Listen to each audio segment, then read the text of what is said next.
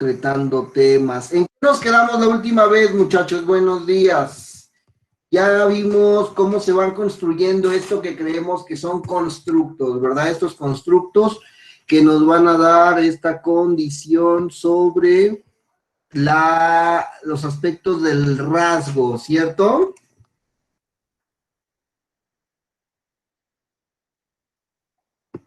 Sí, profe, nos quedamos justamente ahí en los tipos de instrumentos. Ujú. Estábamos más en una condición de observar cómo es que se estaba dando la instrumentación de estos aspectos, ¿cierto? ¿Quién tiene una opinión acerca de las pruebas psicológicas? Ya con esta información.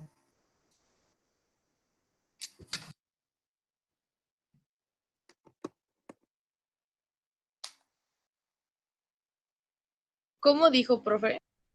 Y ya con esta información, ya con esta clase, ¿quién puede ofrecer una opinión sobre la construcción de las pruebas psicológicas?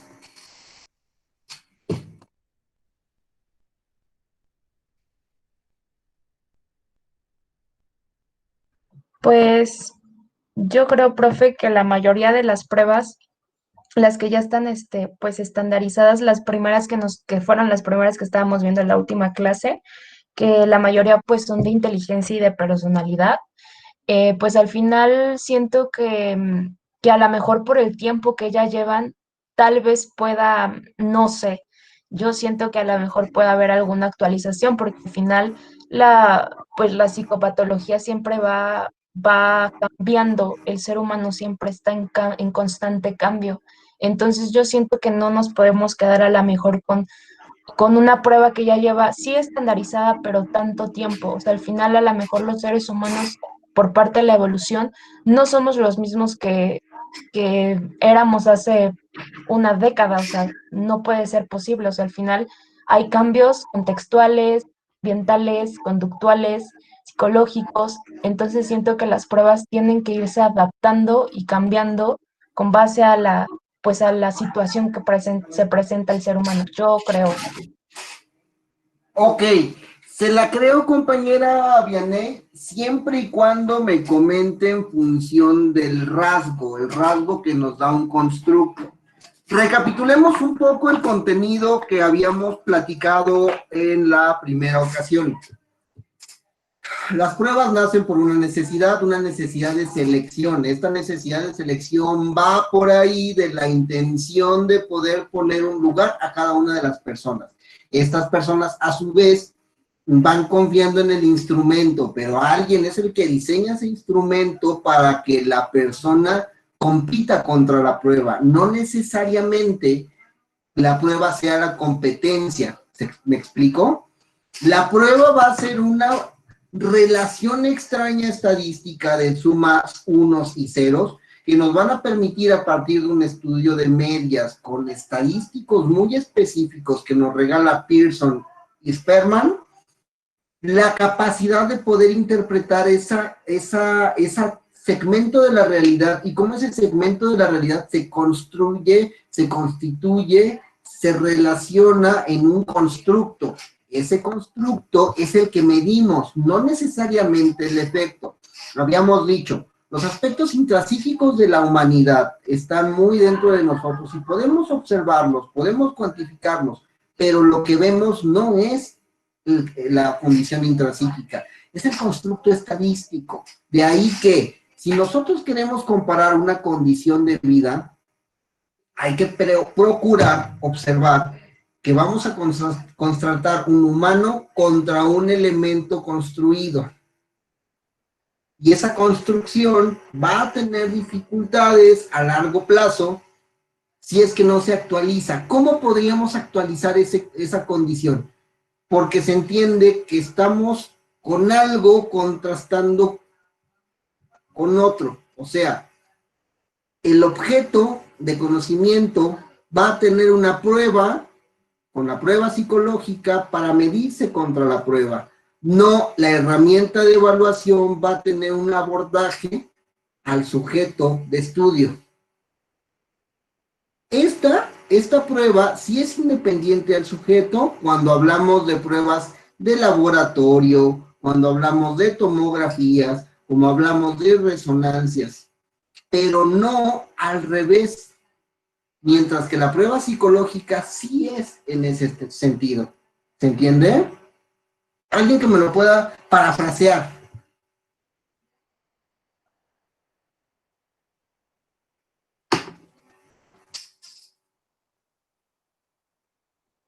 Pues la adaptación, ¿no, profe? Como usted decía, al final la persona se tiene que adaptar a la prueba, no la prueba a la persona.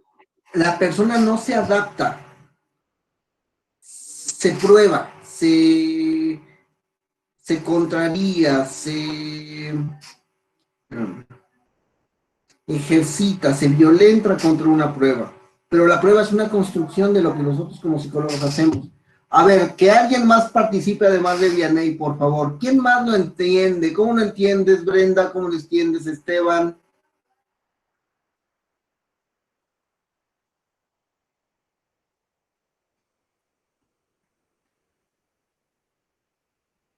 Prendemos todas las cámaras, por favor, muchachos.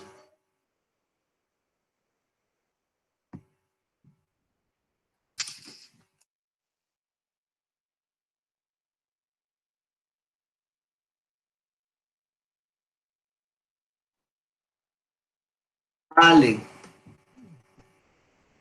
Cuéntenme entonces.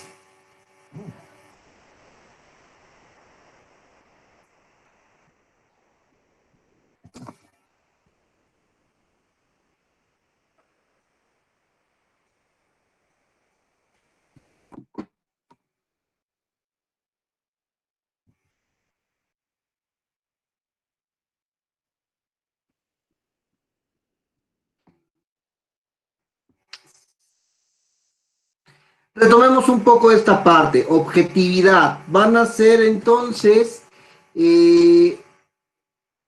los instrumentos que miden la inteligencia van a medir la capacidad del individuo para el test. No necesariamente la inteligencia, sino la comprobación del individuo para el test de inteligencia. ¿Va? Y en los instrumentos que miden la personalidad vamos a tener la conciencia del individuo en su conducta. O sea, lo que yo pienso de mí, dentro de mi conciencia y que me construye. Por ello que las pruebas no miden el constructo. Las pruebas se diseñan para observar un constructo, pero las pruebas miden la efectividad de ese constructo en función de la muestra que se toma. ¿Cómo seleccionaron su muestra cuando hicieron su instrumento, chicos?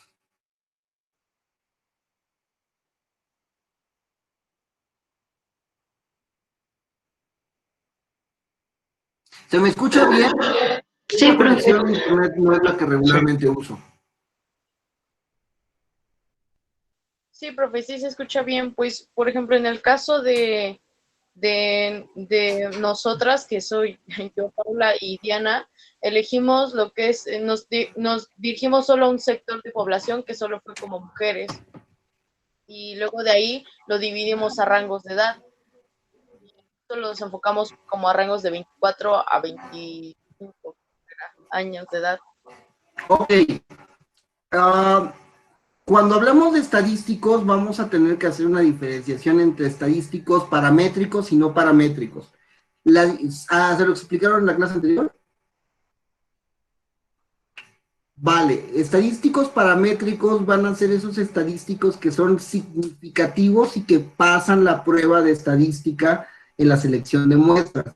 No paramétricos son solo bien seleccionados en función de la muestra, como da la impresión que fue tomado la experiencia de Paula, ¿va? ¿Cuántas personas somos en la ciudad de Puebla?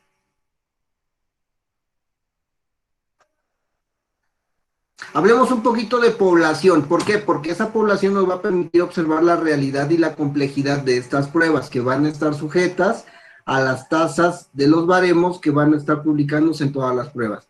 Bueno, en México, ¿cuántos mexicanos somos? Aprox.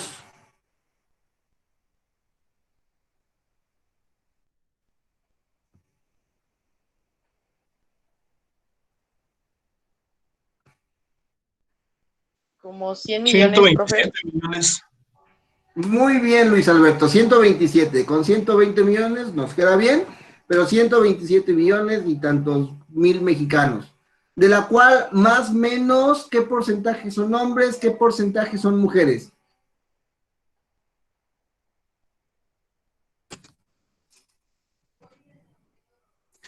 Más o menos de forma tradicional me imagino que lo están googleando, está bien, pero de forma tradicional el 48% hombres, 52% mujeres. Pero a razón de que alguien nos dé el número de Google, está bien. En internet hay un programa que se llama... Sí, está bien, profe. Es 51 nada más, 51.09 el de hombres y el resto es de mujeres. Sí. ¿Son menos hombres? De mujeres, perdón. Ajá. Sí, normalmente en cualquier población humana va a haber más mujeres que hombres. ¿Por qué? Porque nosotros morimos más rápido, ya sea por infecciones gastrointestinales desde la pequeña edad hasta XY. Y regularmente las mujeres tienen una esperanza de vida mayor a 5 años, porque ustedes se conservan mejor y ven mejor por su autopreservación que nosotros los hombres, que somos unos cavernicolitas. Entonces, bueno, más o menos es la relación. Ok, ¿qué número de ciudad en densidad poblacional ocupa Puebla en relación del país?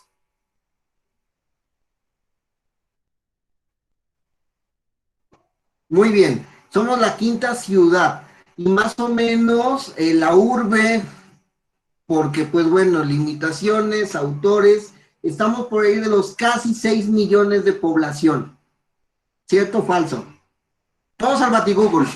Cuando hagan una tesis, muchachos, y si su tesis es de corte cuantitativo, que son las más sencillas, toda esta información les va a ser muy necesaria, les va a ser muy eficiente. ¿Por qué?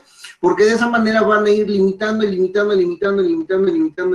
su muestra hasta que realmente tengan una representación con tantos números de personas. Si un día llegan a estudiar Alzheimer, sabrán que necesitan una cuota de tantas personas para demostrar cierto fenómeno. Si un día llegan a utilizar violencia intrafamiliar, saben que este número de mujeres, con este número de familias, con este número de hijos durante todo este proceso a lo largo de los años, les va a dar que la persona que están entrevistando tiene una representatividad en la muestra de tantos por ciento. O sea, son números que nosotros necesitamos tener en la cabeza hablando de psicología. ¿Quién dice yo para saber cuántos hombres, cuántas mujeres?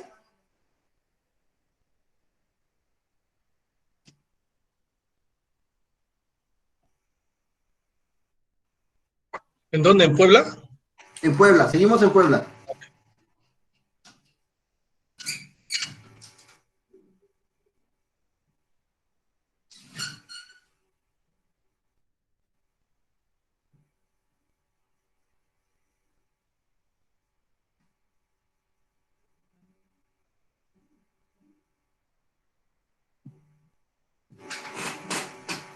Profe, dijo que cuántos porcentajes somos hombres y mujeres, ¿son mujeres y hombres? Son 47.4 son hombres, 52.6 son mujeres. Vale, ahora, más o menos, digamos que pongámosle cerrado, somos 6 millones de personas en la ciudad de Puebla. ¿Cuántos son mujeres? Hagamos el cálculo de mujeres, ¿qué les parece? ¿Cuántas personas son mujeres? 52%, profe. Y ese 52% de 6 millones.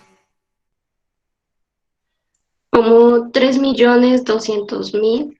Le dejamos así. Muy bien. Si quisiéramos estudiar fenómenos, ¿me repite de nuevo su tema, Paula? Mi tema era, ya no me acuerdo cuál era mi tema. Era era cualitativo, era sobre la autoestima durante el confinamiento. Autoestima sobre confinamiento. ¿Alguno de ustedes algún tema de feminicidio, diferencias de género, algo por el estilo? Bueno, es un poco árido entonces. ¿Alguien más que nos comparte un tema? Nosotros trabajamos sobre síndrome de burnout en trabajadores del sector salud. Muy específico, pero bueno, nos funciona.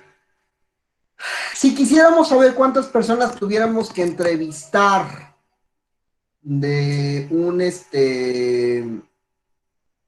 de una serie de trabajadores, ¿cómo podríamos a dónde o a qué lugar o a qué documento tendríamos que ir para seleccionar esa muestra, para saber cuántos trabajan en qué sentido? A la lista de trabajadores, ¿no, profe? Todos los que están dentro de la empresa. Ok, sería una información muy específica porque solicitaríamos a transparencia cuántas personas están trabajando en estas dependencias. Ok, tuviéramos un problema distinto, ¿cómo lo abordamos? Por ejemplo, industria manufacturera o metalurgia o las armadoras de autos que no tienen necesariamente que dar su información transparente. Vamos a algo que se llama pirámide generacional y vemos segmentos de personas. ¿Cuántas personas están en vida productiva? ¿Cuántas están en jubilación? Y de ese segmento poblacional vemos los porcentajes y calculamos cuántos hombres, cuántas mujeres. Así es como se va sacando una muestra estratificada paramétrica. ¿Por qué? Porque tenemos porcentajes que justifican todo el proceso de selección. Si no tuviéramos esos paramétricos y lo tuviéramos haciendo distinto, por ejemplo, pues en la ciudad de Puebla hay tantos estudiantes, pero esos estudiantes muchos son de otros estados, pero en esos estados existen otras condiciones específicas de su ser. Bueno, no podríamos ajustarnos a lo paramétrico. Oye, tenemos una enfermedad, por ejemplo, tenemos la enfermedad de Pinto y queremos ver los efectos psicológicos la enfermedad de púrpura y queremos ver los efectos psicológicos estéticos del púrpura en las personas entre 15 y 25 años, pues va a ser como muy complicado tener paramétricos porque la enfermedad estadísticamente es extraña. Pero eso no significa que no podemos darle formalidad al proceso estadístico. Y repito, en ese sentido estamos atacando esa estadística, comprobando con las herramientas psicológicas en esa estadística y no necesariamente el concepto técnico. Chicos, vamos a empezar ya hoy, de hecho vamos a tratar la primer prueba, la prueba de la figura humana.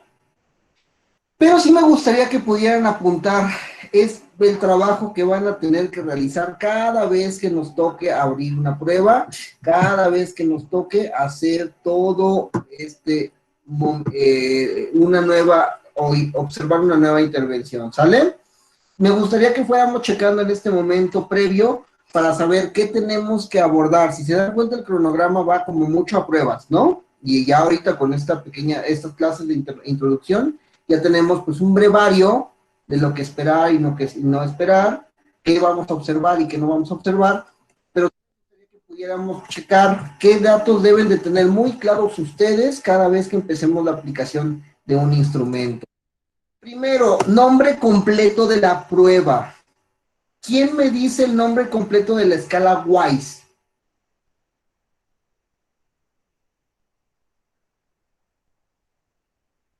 Todo el mundo reconoce o sabe que es una escala WISE, ¿no? No, profe. Vale. Entendamos que ya en quinto semestre, si bien todavía no van para afuera, pues ya están ya son más psicólogos que estudiantes de psicología. Y hay que empezar a hablar de forma técnica, ¿sale? Por ello les pido que en el inicio de cada prueba puedan saberse exactamente el nombre. Ya escucharon de la Bender, ¿no? La prueba Bender.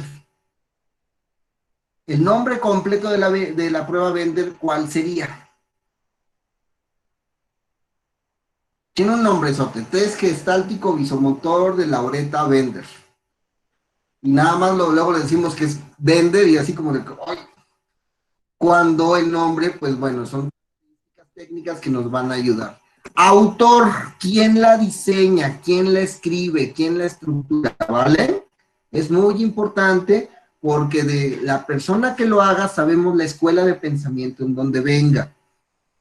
A lo largo de su carrera ustedes se darán cuenta que van a observar muchas pruebas y de hecho hay pruebas para aventar arriba. Si bien en la clase solamente vamos a utilizar 9, 10 pruebas, en la vida profesional ustedes van a tener que aprender a revisar manuales de una noche para otra porque les están mandando un reporte que tiene esta calificación en sus pruebas. Y es complejo, ¿sale? ¿Por qué? Porque tienen que resolverlo en ese momento, ¿va? Y si saben de qué autor, van a saber de qué escuela y van a tener un poquito más claro cómo continuar y cómo aplicar y cómo interpretar situaciones. Población de uso, ¿a quién va dirigida? ¿Por qué creen que esta es importante? ¿A quién va dirigida la prueba? Porque hay pruebas para diferentes, para diferentes edades y personas, ¿no? Exactamente, va para niños, va para adolescentes, va para adultos mayores, va para población específica de personas con discapacidad, va para personas con otros rasgos, otras características claras, ¿vale? Todo esto en una ficha, todo debe de entrar en una ficha de Word. Pueden ser 1 o 2 páginas, pero deben de tenerlo todo en... ¿va? Tipo de aplicación. ¿Las pruebas para su aplicación masiva o la prueba es para su aplicación individual? ¿Sale? ¿Cuáles van a ser las diferencias entre un tipo de aplicación y otra?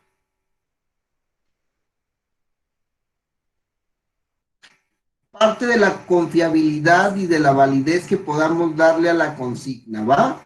Hay ocasiones en que podemos aplicarlo a un estadio, hay otras ocasiones en que podremos aplicarlo en la calle, a un lado de una cama de hospital o en un consultorio psicológico, ¿va? Ahorita platicamos de ello. Rango de aplicación, de dónde a dónde nos sirve, de dónde a dónde la utilizamos, ¿vale? ¿Por qué no tenemos que aplicar un WIPSI cuando podemos aplicar un WIP, cuando podemos aplicar un WISE? ¿Vale? ¿En qué momento empieza y en qué momento acaba? He visto muchas personas que mandan reportes con pruebas para adultos mayores cuando se le evaluaron a chicos de 15 o 16 años.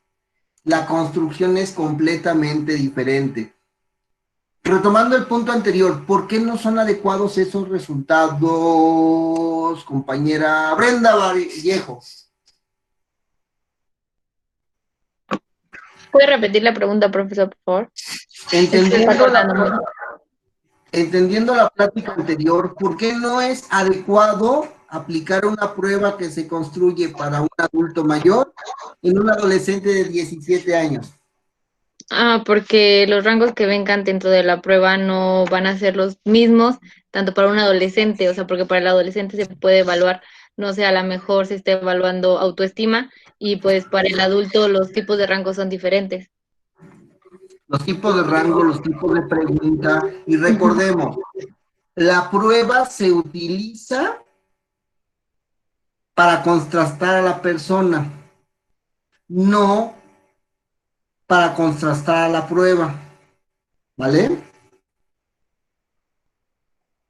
Creo que esa idea como que no queda muy clara por sus rostros.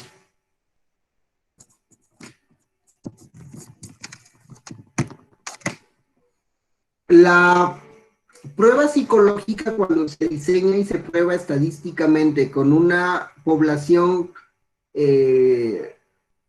seleccionada de una manera clara y objetiva, construyes un objeto que servirá de medida para todo el resto de los sujetos que la apliquen. Y solamente sirve de medida para estos sujetos. Pero esta medida no definen al sujeto, solo lo comparan con su peso. Solo lo comparan con sus baremos, solo lo comparan con su medición.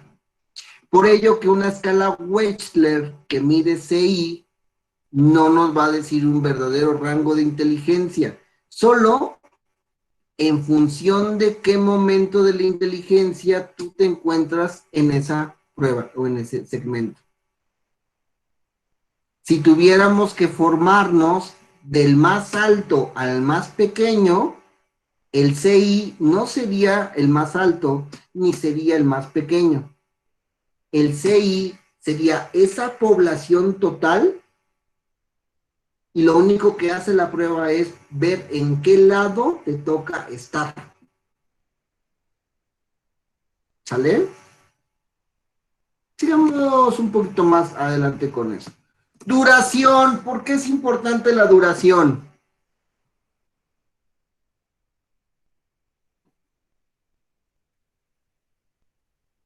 Para que pueda ser ay, se me fue la palabra, eficiente la prueba, porque por ejemplo, si realizamos una prueba a un niño, obviamente no va a ser el mismo tiempo que le vamos a dar a un niño, no podemos tener su atención todo, no sé, una hora a comparación de un adolescente o un adulto, que la atención está medida desde otro rango.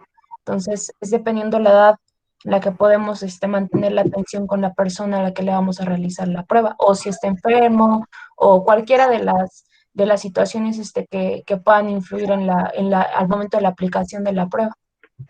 Perfectamente bien contestado, Sara. Cada día me cae mejor usted. Todos, muchachos, todos. No se pongan con su cara de no. Vamos. Material de aplicación.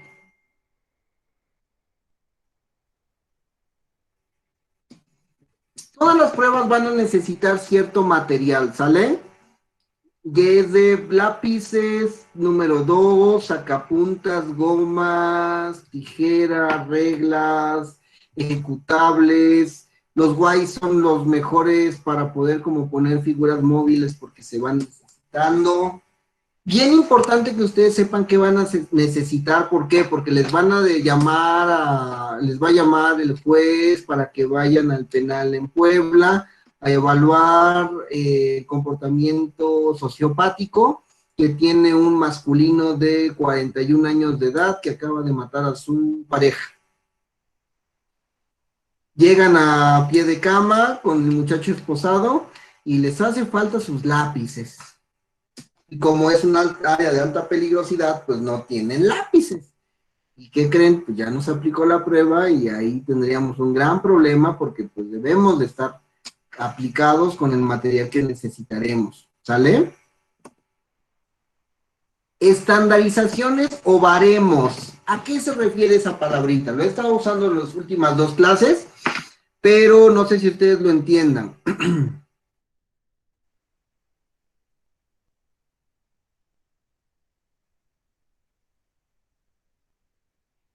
Es un baremo. Profe, si no estoy equivocada, estandarizaciones que se puede aplicar en cualquier espacio, en cualquier lugar, por decir así. O sea, no físico, pero me refiero como al, no sé, una prueba de China, por decir así.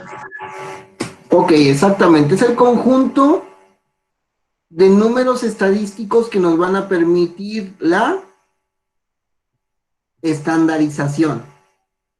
¿Por qué es necesaria la estandarización de las pruebas, muchachos? No, porque las pruebas ya deben de estar anteriormente estandarizadas, validadas para saber que su aplicación va a ser pues confiable, va a ser eficaz para la población a la que la vamos a realizar. Es importante por eso que debe de estar estandarizada cualquier prueba. Y cada vez que ustedes tomen un manual, que ustedes tomen una guía, hay que ir a la parte más aburrida de la guía para observar cuáles son las puntuaciones que está tomando cierto proceso estadístico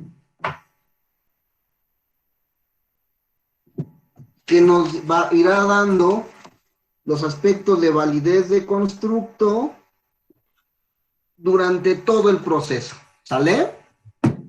¿Por qué? Porque ese proceso de estandarización es el que te va a decir, bueno, ¿por qué a tu población le sigues preguntando? Y ahí va una pregunta de Wise. A ver, don Esteban Terrenos, ¿cuál es la edad, perdón, cuál es la estatura promedio del mexicano? 1.60 aproximadamente. Ok. ¿Todos con 1.60? No, ¿Quién dice yo? no, ¿Quién es dice como tú? No, promedio. pues, ya, con eso, si estuviéramos aplicando un WISE, 1.60 es lo que yo tengo que registrar y es lo que tengo que saber si tú estás bien o estás mal. ¿Cuál sería la estatura promedio de un mexicano, muchachos? Sara. Igual entre 1,50 y 1,60. Exacto, lo más exacto posible. 1,58. No sé, es que hay Sale. más población de mujer que de hombre. Bueno, ¿sabes? Brenda. Yo me voy igual a 1.60, 1.65. Ay, una, muchachos. María, Bueno, 1.65. órale. María Guadalupe. Se congeló en el espacio. Luis. 1.68. Paula. 62, 1.62, profe. María de Los Ángeles, lee algo. Igual congelada. Diana Laura. 1.65. Ok. Un favor, al Google. Pregunta Wise, estatura promedio mexicano. A ver qué le sale. 1.64. ¿Le salió? 1,64 para los hombres y 1,58 para las mujeres. Notan cómo muchas veces nuestra referencia es personal y no necesariamente de la situación general. Y son pequeños ítems que tiene que ir soportando Wise porque más o menos eso nos da una cultura general. En los últimos años se ha reportado que Wise va a tomar 1.70 como estatura promedio para México. Misma pregunta que no aplicaría en Estados Unidos. Ok, tiempo de aplicación. Miren, aquí la repetí. Una disculpa.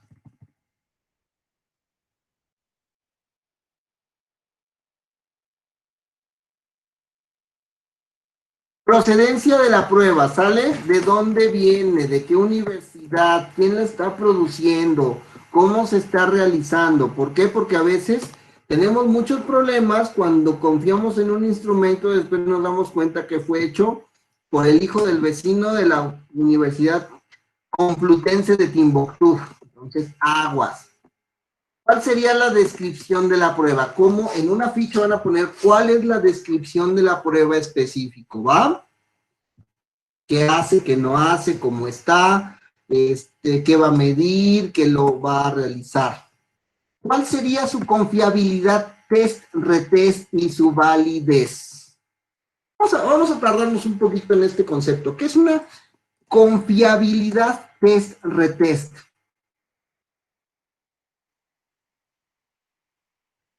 ¿Sería como que se pueda repetir el resultado? Explíquese un poquito más. Va bien, Alberto, pero explíquenos a la clase. Es como, por ejemplo, yo entiendo por el test es el primero, el inicial que se hace. Y que si se le vuelve a aplicar, el resultado no varíe tanto para que entonces se pueda interpretar de una buena manera, o sea, tenga lógica. Ok. ¿Cómo? ¿Para qué? Para que sea confiable y el resultado sea creíble, objetivo. ¿Y para qué lo vamos a necesitar? Pues ya le aplicamos, ya tenemos el resultado, ¿no? Sí, para darle un diagnóstico, una evaluación. ¿Una evaluación a qué? Vamos bien, vamos bien. Una evaluación, pues, al individuo que se le está aplicando la prueba. Pero si ya lo evaluamos una vez, ¿para qué necesitamos volverlo a evaluar? para ver si sus respuestas son correctas o hubo algo donde estuvo mintiendo quizá. Pongamos un ejemplo práctico, ¿sale? Para un seguimiento, profe, podría ser como para un Profe. seguimiento. A ver, Esteban y después Sara. No, Paula. Podría ser como para después darle un seguimiento, cómo es que seguía, bueno, anteriormente y cómo actualmente. Ok, eso está padre. Paula. Yo lo veo más enfocado en la prueba, profe, para que tenga fiabilidad la prueba, o sea, que esté bien hecha las medidas que se supone que deben de tener. O sea, si yo hago una prueba y digo que quiero medir, no sé, cierta cosa, que al aplicarla una y otra vez esté bien hecha como que las preguntas o algo así, que no varíe el resultado a lo que se quiere medir. Ah, el comentario va más para lo anterior, ¿sale, chicos? Cuando Sí. ustedes tienen un paciente, cuando ustedes tienen una serie de evaluación, se necesita entender que los ítems o las preguntas o los procesos de pregunta les deben de servir para algo. Realmente un test nos debe de dar una calificación cualitativa y cuantitativa. Y esta nos va a servir precisamente a futuro. Hay test que permiten la confiabilidad en 3 meses. O sea que si yo aplico una prueba hoy, la puedo volver a aplicar a los 3 meses sin que exista un efecto de saturación o un efecto de aprendizaje, porque entendamos que los procesos son de esta manera. ¿Quieren que les arruine unas cuantas pruebas para que nunca sean evaluados neuropsicológicamente? ¿O Sí, sus profe. testes nunca funcionen muy bien? Ustedes dicen, Sí, profe, de una vez. Sí. Jalisco. Más que nada para que podamos tener esta idea muy clara, ¿sale? El objetivo de usar test es un objetivo, muchas veces de investigación, pero también de investigación clínica, ¿va? Cuando tengan estas formas de entenderlo, sabrán que la vida de las personas más o menos cambia a lo largo de 6 meses. Nosotros somos gente perfectamente distinta cada 6 meses mentalmente hablando, ¿va? Porque nuestros gustos cambian, porque nuestros amigos cambian, porque la vida se socializa. Hay un efecto que se llama cristalización del pensamiento, lo vieron en Papalia, y significa que cuando ya yo estoy chocheando, voy necesitando que mi música sea la misma, mis amigos sean los mismos, pero mientras no, ¿sale? Porque vamos cambiando constantemente. Y también estos test RTs van precisamente para ese tipo de población. Si nosotros estamos explorando pacientes con epilepsia, necesitamos saber muchas pruebas que van a medir lo mismo, pero que no pueden ser iguales, porque si no, no vamos a observar un efecto de aprendizaje en estos niños y no vamos a ver realmente un avance neurológico como lleva. Si estamos con efectos de comunidad, a lo mejor vamos a la Sierra Norte y estamos haciendo un programa de promoción para evitar la violencia intrafamiliar y aplicamos la misma encuesta en el día 1, la encuesta en el mes 1 y la misma encuesta en el mes 3, lo único que vamos a encontrar es que las personas aprenden a cómo responder y no necesariamente a observar si nuestra campaña de concientización funciona o no. Por eso las pruebas se necesitan muchas, que a veces van a valorar lo mismo, pero al estar estructuradas de otra manera, son importantes, ¿va? Este se llama figura compleja de Rey. Lo estoy intentando imprimir, permítanme. Y esta prueba tiene una validez de 6 meses. ¿Por qué? Porque en el momento en el que se hace, como que tenemos muchos problemas para volver a hacerlos. Ahorita, bueno, sí voy poniendo acá.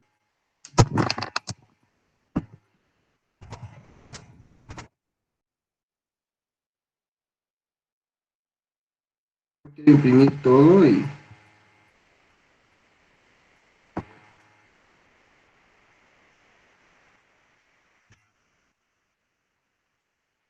¿La notan?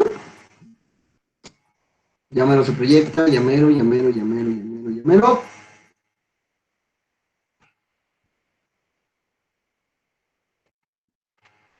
Ahí está. ¿Qué es esto, chicos?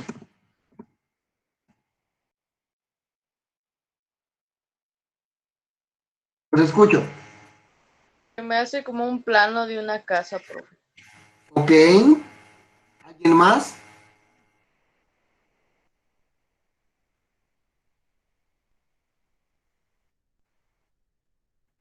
Muchachos. Profe, yo le vi forma como de un pez o un cohete, algo así. Un pez o un cohete. Ok, ¿alguien más? Bueno, yo le veo forma como de un submarino. Ok. Esta figura es una figura no natural, perteneciente a la familia de las pruebas visomotoras, como la de Lauretta Bender que veremos en la próxima clase. Esto lo que se le pide al paciente es de que pueda copiarlo y después pueda reproducirlo de manera libre, solamente con el recuerdo que tiene. Está estructurada porque contiene dos elementos que van a ser calificados cuantitativamente. ¿Va? ¿Qué significa eso en cristiano? Que no podemos reconocer esta prueba lejos de una figura, porque ni es una casa aunque se parece, ni es un pescado aunque se parece, ni es un, yo lo vi carne de pollo la primera vez, ni es un pollo aunque se parece, ¿sale? Pero si nosotros aplicamos esta prueba en 3 semanas, las personas se la graban y tienen 15 o 20 puntos más que en la primera, porque es poco susceptible al retest. Y en eso utilizamos otras figuras, ¿se entiende? Figuras no naturales. Observen cómo nosotros de forma natural intentamos darle un significado que no tiene, porque no es una figura de nada, ¿sale? Pongamos un ejemplo un poquito más clínico. Alguien, un voluntario,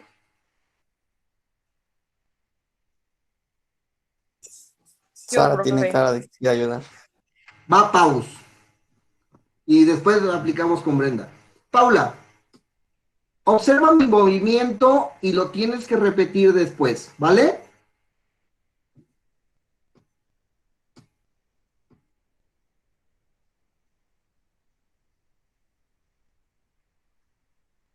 Repítelo.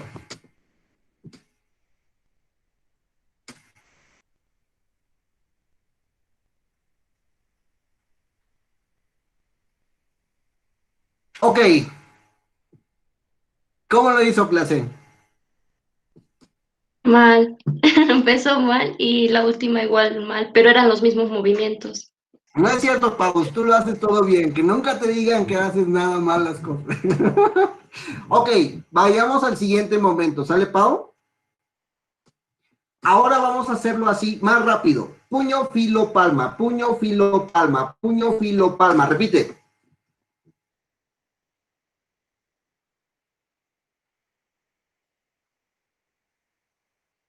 Ok, clase, ¿cómo lo hizo?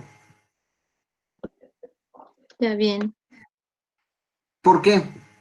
Porque, No, por cierto. Bueno, conmigo. porque a lo mejor Pau no es tan visual, sino es más auditiva. Entonces memoriza más de manera fonológica que visual. Y es la manera en la que retiene más rápido. Y su proceso es más rápido. Ok, tienes razón, Sara. La explicación clínica de ese momento es de que hacemos compensaciones. Hacemos un movimiento muy similar al que hacemos como en la figura del pollo, pato, casa, plano, ¿sale? Nuestra cabeza necesita una mediatización y si es verbal es muchísimo más rápido porque ya no nos llega la información solamente de forma aferente visual, sino aferente y eferente visual y auditivo. Entonces el movimiento es más complejo y es más fluido. Esto sirve de manera clínica para observar cómo las neuronas están aprendiendo. No nada más eso de, no hombre, y es que cómo es que los elementos y los sentimientos y las cosas psicológicas no tanto, ¿sale? Es más neurológicamente. Son muy sencillas las pruebas porque de esa manera observamos el fenómeno de esa forma. Cosa que en psicología necesitamos hacer un monumento estadístico para probar que una pregunta nos esté midiendo lo que tenemos que medir. ¿Va? En este caso, observamos esto en Pau, pero si yo le aplico la misma prueba en una semana, ¿qué va a hacer Paula? dijo algo bien que seguramente, dijo algo Sara que seguramente es cierto. Va a lograr la misma estructura. Por eso estas pruebas solamente son de una sola aplicación y no tienen retest. Mientras que si yo me meto con otras aplicaciones, sí voy a tener esas condicionantes de a los 3 o a los 6 meses. Las pruebas tienen esas vigencias. ¿Eh? Estoy buscando mi presentación. Compartiendo. Voy a pedir que por favor, muchachos, hagan sus APAs. ¿Sale? Vamos a darle referencia bibliográfica APA a todas las pruebas.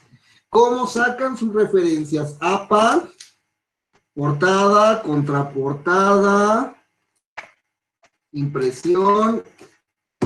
No se va a poder mucho porque les voy a poner una cantidad de archivos de chile, mole y pozole y de donde se pueda, ¿va?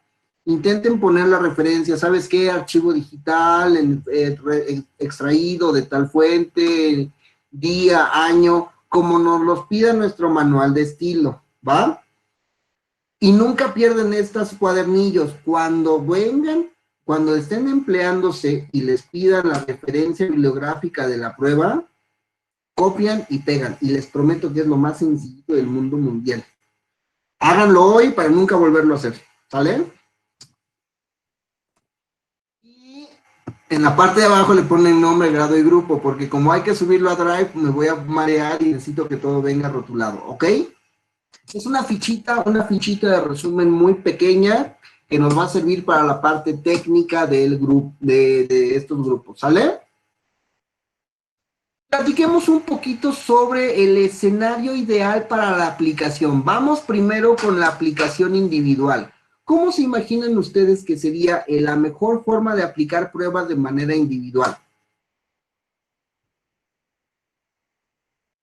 En un lugar que no tenga estímulos distractores para que la persona se pueda concentrar y enfocarse solamente a resolver el test o lo que se aplique.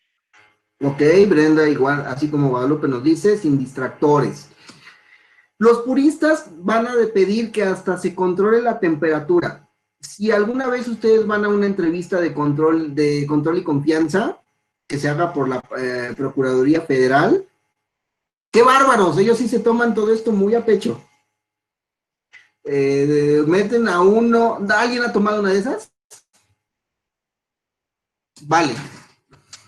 Hora de entrada, hora de salida, te dicen cuántos líquidos tomar, presentarse con cuánto alimento, entras, toma con tu identificación, te toman las huellas, entras al reconocimiento de voz, todo en una área aislada de ruido, con una cantidad de luz regulada, como que todo muy bien hecho, y qué padre. ¿Cómo va a ser su consultorio, muchachos, el de ustedes?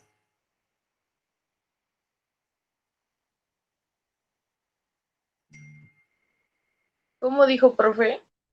¿Cómo va a ser su consultorio?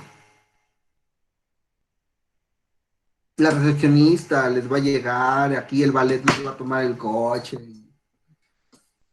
inciensos y flores de Bach por todos lados, la pecera con la ratonera y la conejera a un lado, para que se sientan bien. No sé, son Como cosas que ustedes ir proyectándose, ¿sale? Porque depende de eso que también van a influir en estos momentos, en estos elementos. Para aplicación de pruebas se recomienda una mesa de 1 metro por 1,5 con cajones, una silla enfrente del aplicador, perfectamente iluminado, preferentemente de entre 3 y 6 de la tarde, con temperatura ambiente abajo de los 26 grados, tengo entendido,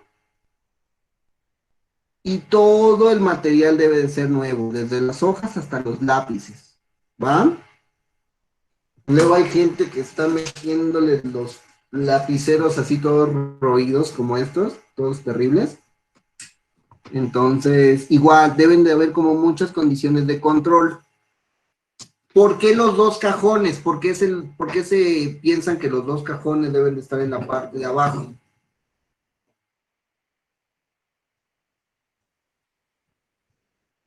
Ay, o todos se congelaron o yo me congelé. ¿Cómo? ¿Puedes repetir la pregunta, profe, por favor? Está fallando el internet.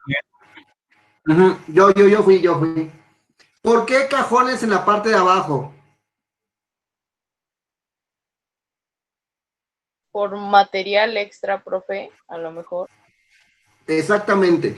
Cada vez que se aplica un instrumento, debemos de procurar que el material que no se ocupa en cajones en la parte de abajo. Se ocupa, se saca, se presenta. Cuando veamos Wechsler, incluso el escritorio, disculpen, incluso el escritorio en donde van a trabajar.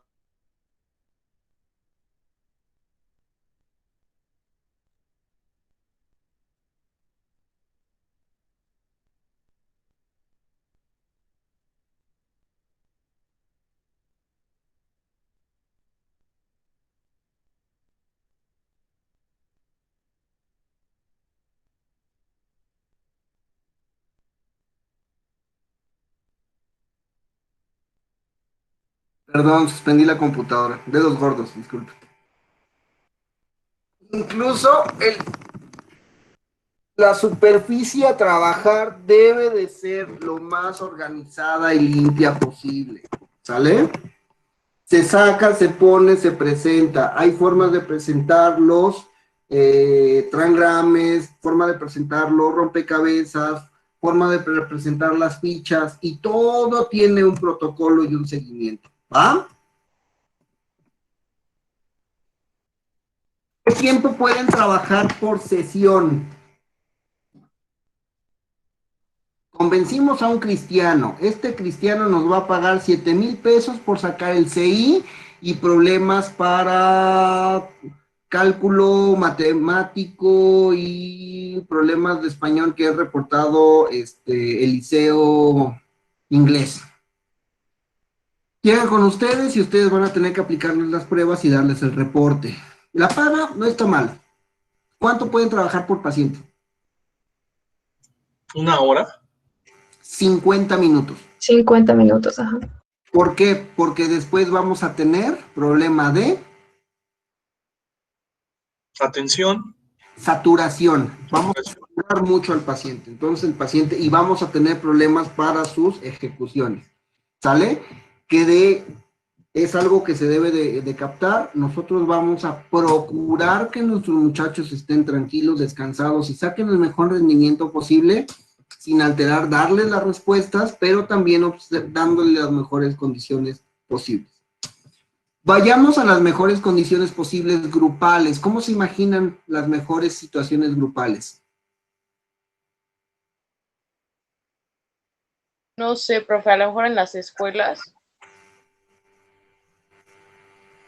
En escuelas, en espacios abiertos, con una distribución, todos contando con su material, iluminación y temperatura regulada. Y al principio debe de haber una sobreindicación de que el proceso, cómo se debe de llevar. Algunas personas, algunos aplicadores utilizan guías que leen constantemente para darles indicaciones a las personas, ¿sale?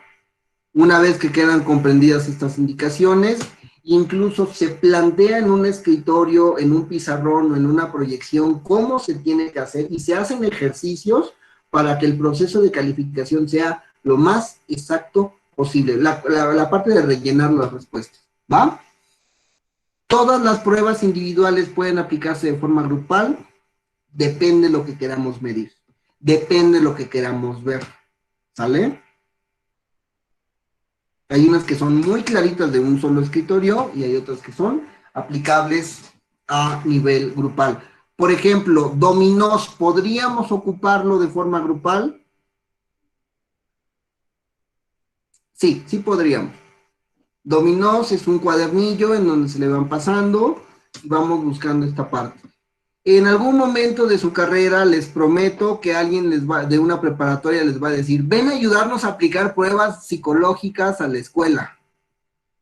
Y todo lo que se supone no tiene que hacerse, que se dijo en esta clase, van a hacerlo en preparatorias. Pobres muchachos de preparatoria, no se preocupen. Ustedes lo sufrieron, yo lo sufrí, todos lo sufrimos, no. Pero en su práctica privada, muchachos, sin que nadie más quede responsable, por favor, háganlo bien. ¿Ok? ¿Dudas, preguntas al momento? No, profe. Échala, Pau. Yo sí, bueno, fue como, no sé qué sea más ideal, las pruebas individuales o grupales, porque yo lo pienso y luego por tantos distractores cuando es por en grupo, aunque tengas el ambiente, no creo que suelan como eficientemente. Hay pruebas que se diseñan en aplicación grupal que de hecho se aplican y se estandarizan de forma grupal. Recordemos que quien tiene la responsabilidad de la estandarización la debe de probar en todos los contextos. ¿Ustedes vieron efecto piso y efecto techo cuando diseñaron su prueba? Ok. Cuando nosotros tenemos una curva de población regular, normalizada,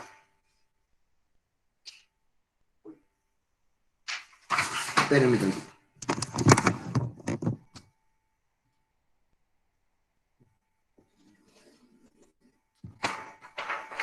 Más o menos, obvio no es así, pero digamos.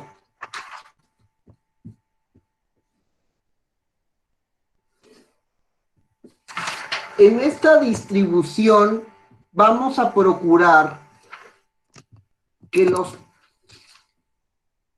en algunos casos los muchachos van a puntuar de la siguiente manera.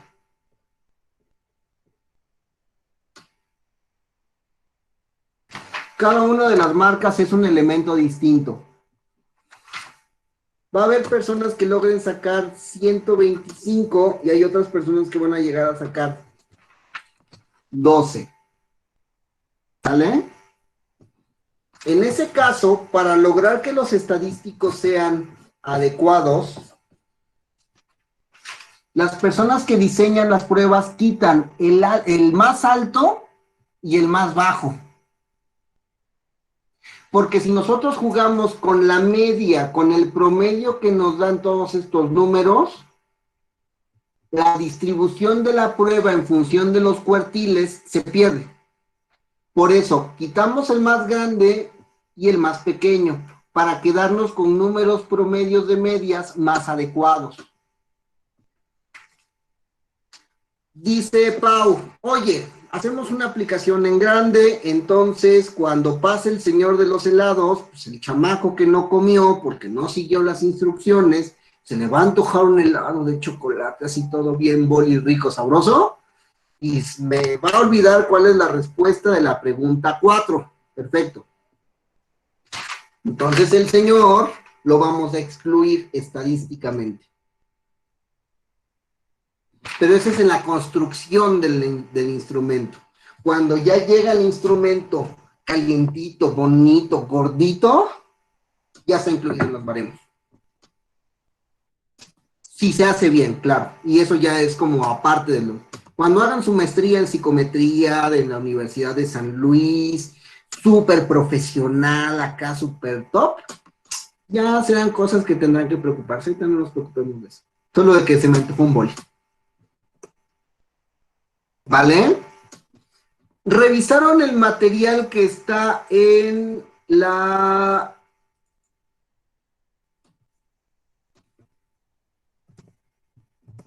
Espérame tantito. Que está en la plataforma. ¿El libro, profe? Sí. Sí, No. Bueno, el libro era el primer capítulo. Vamos a ir retomándolo a lo largo del tiempo, precisamente porque creo que los veo más entusiasmados para empezar ya a aplicar y todo el asunto, ¿no? Pero vamos a ir dándole como pequeñas pautas teóricas para que no haya más problema. Vamos a ver esta parte de la prueba de Goodenough, del dibujo de la figura humana o test de Goodenough, ¿sale? Revisamos aquí la ficha técnica Y ustedes voy a pedirles de tarea que dibujen su Goodenough, ustedes, y lo apliquen a quien más confianza le tengan. No se vale perrijos ni gatijos, por favor, porque no aplica, ¿verdad? Es una prueba, sí se está proyectando, escucho palabras porque la verdad no veo nada. Sí, Sí, profe. profe, sí se ve. Sí se ve. Sale, viene de Estados Unidos. La finalidad de la prueba es medir el reconocimiento que tienen niños y adolescentes del esquema corporal y de inteligencia, aunque de inteligencia vamos a dejarlo entre comillas, ¿sale? Ahorita nada más vamos porque son pruebas de maduración, esto es de desarrollo. Aplica de niños de 3 a 15 años, ¿sale? Como en las buenas luchas, no tiene límite de tiempo. ¿Y qué vamos a ocupar? Lápiz, goma, hoja en blanco, guía de calificación. Como es una prueba tan popular, muchas personas quitan la goma. Y muchas personas también trabajan con lápices sin la goma para que le quitan la oportunidad al paciente de poder hacerlo. La guía dice lápiz del número 2, goma, lápiz sencillo. Pero hay otros que son HB. Tampoco estoy en el consultorio entonces. Pero no tengo HB. HB que normalmente los vamos a utilizar, ¿sale?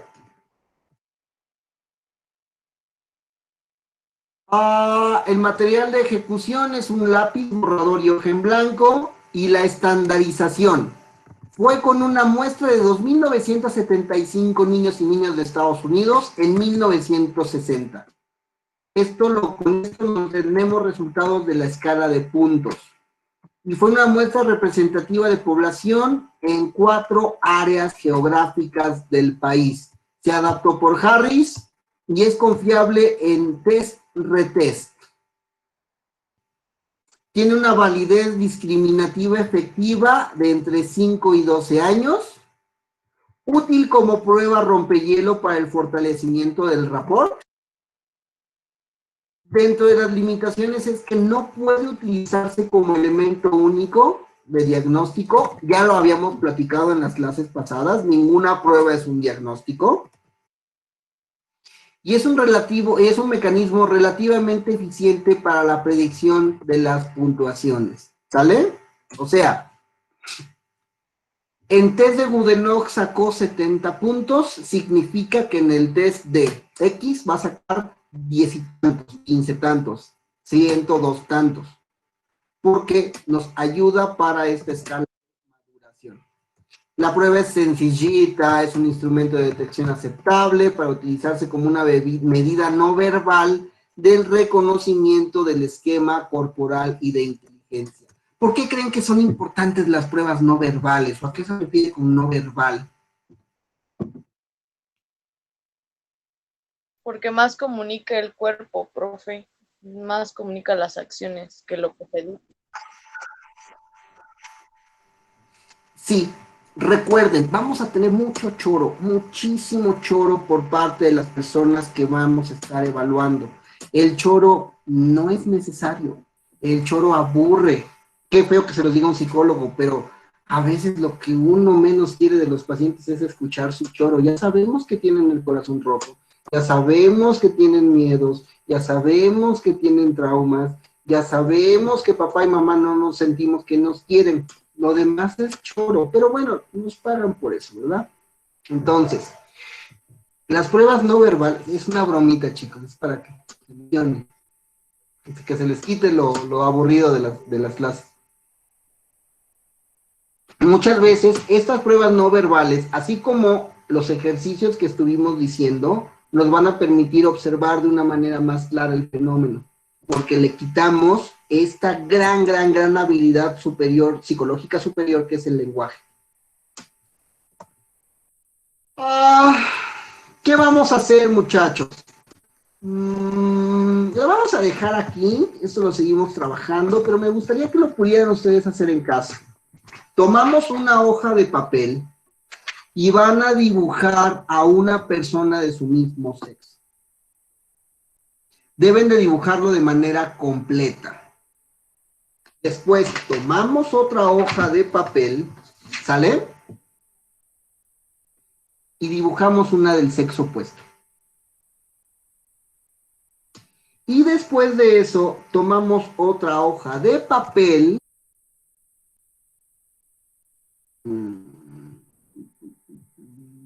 Permítanme tantito. Es la tercera instrucción. Y nos dibujamos a nosotros mismos. Son 3 dibujos. El primero, ¿qué es, Luis? Una persona, sexo masculino. De mi mismo sexo, ¿sale? Importante decirle a la persona, una persona de tu mismo sexo. No interpretemos el sexo que tenga, porque a lo mejor ahí observamos género y eso es información para el diagnóstico. 2, una persona del sexo opuesto. 3, a ti mismo.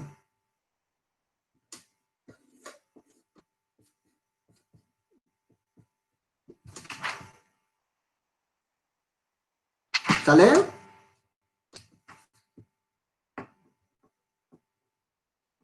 Sí, sí, sí. Dudas, preguntas. Después de que lo hagan para ustedes, la prueba es rapidísima, son 15 minutitos, es 5 minutos por grupo, no tiene límite de tiempo, pero si se nos está pasando de 15 minutos, es momento de regresar al kinder, muchachos, considérenlo. Mírenme a mí. ¿Sale? 3 dibujos, le sacamos foto, lo tenemos por ahí, porque los vamos a ir revisando, ¿sale? Ya que tenemos este material, vemos la parte técnica de la prueba. Vemos qué significa, cómo va puntuando, de dónde. Ya tienen arriba esta presentación que les estoy poniendo y ya tienen arriba el manual de calificación. Si pueden revisarlo, revísenlo, ¿sale? Pretendo que toda la clase siguiente acabemos de ver Goodenough y empecemos a ver visoespaciales, que eso es del test de Lauretta Bender, ¿sale? Vamos a tener una pequeña clase de qué sería una condición visoespacial.